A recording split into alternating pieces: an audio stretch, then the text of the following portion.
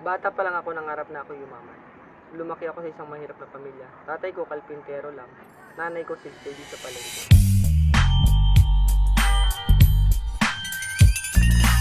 Naalala ko noon, grade 6 ako na to yung age of 12. Nagkaroon ng malubhang karamdaman ng tatay ko. So walang choice. Ang ginawa ko, tumulong ako kagad sa kanila. So ang ginagawa ko, pumupunta ako ng Tuguegarao para at least magbenta ng lighter, bawang sibuyas, tsaka garter. Pag may nakikinikitang maliit na pera, ang ginagawa ko, pinambibili ko ng gamot. So ang masaklap pa noon, December 2000, namatay ang tatay ko. So hindi ko alam kung anong gagawin ko, kung paano kami magtatapos ng pag-aaral ng mga kapatid ko. Pagdating sa high school, sobrang hirap kasi hindi ko alam kung paano ako magpapatuloy ng pag-aaral. So ang ginawa ko, nag-special offer. Nagbebenta ako ng mga balde, langgana. So gumraduate nga ako ng high school, pero pagdating sa kolehiyo talagang hindi ko na kaya, sobrang hirap. Nag-apply ako sa isang department store ng janitor. As a janitor, sobrang hirap kasi nga lahat ng classmate ko nung high school, kinukutya ako sa tuwing makikita nila ako. So sabi ko, okay lang yan, bilog ang mundo, hindi natin alam ang pagbabago ng pagkakataon. After ng contract ko, natanggap naman ako sa isang McDonald's. So naging crew ako ng McDonald's for almost 3 years, and then na-involve ako sa isang fraternity. Sobrang hirap ng mga dinadanas ko laban. Naranasan kong mabato ng bote sa bibig, naranasan ko masuntok ng nakel sa mata. Sa isang linggo siguro 2 beses akong makukulong. It's either sa barangay or di kaya sa PTU. Pero inisip-isip ko, 2 lang ang pwedeng puntahan ng buhay ko nito. It's either makulong ako or mamatay ako.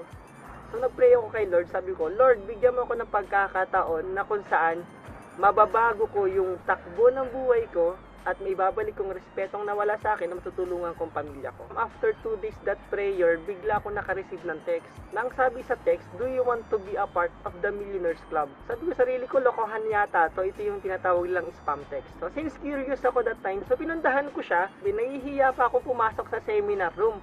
Kasi ang itsura ko nun, taong kanto. Kinakainis ko pa nun, may pampaputing product. Kung titignan mo ang kulay ko, maitim ako, sabi ko, lokohan to ah. Pero sabi ko sa sarili ko, wala naman siguro mawawala since nandito na ako. So pinakinggan ko siya na para yumaman ka daw, kinakailangan mo lang ng mga kaibigan. Sabi ko, kung sa fraternity nga, nakaka-recruit ako, pinapahirapan namin yung tao, pinapaddle namin para lang makasali sa organization namin. Dito pa kaya sa AIM Global na wala ko ibang gagawin kundi magre-recruit lang din, kakausapin mo, pag nagustuhan, mag-join. Sa fraternity, ang sakit ng palo. Pero sa AIM Global, ang sarap ng palo kasi every pasok, every palo, 1.5. Pero back of my mind, nandun yung fear and doubt, baka walang maniwala.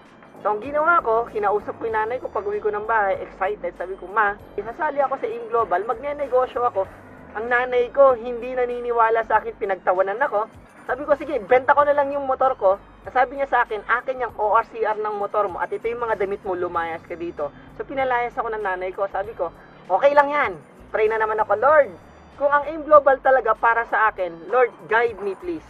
Nung nag-join ako, akala ko, yun na yung start ng pagyaman ko. Pero hindi pala ganun kadali. So dami ko pinagdaan ng hirap, kutya, panlalait.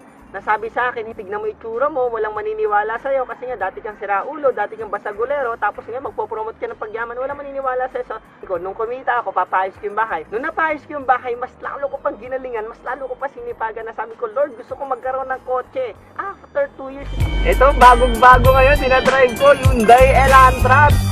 Ang bango! Nung nabili ko sa sakyan, pag uwi ko ng bahay namin, hindi ako marunong mag-drive. Ang AIM Global ngayon, mas lalo lumalaki na lumalaki. Sa mga nanonood ng video na to, sana na-inspire kita.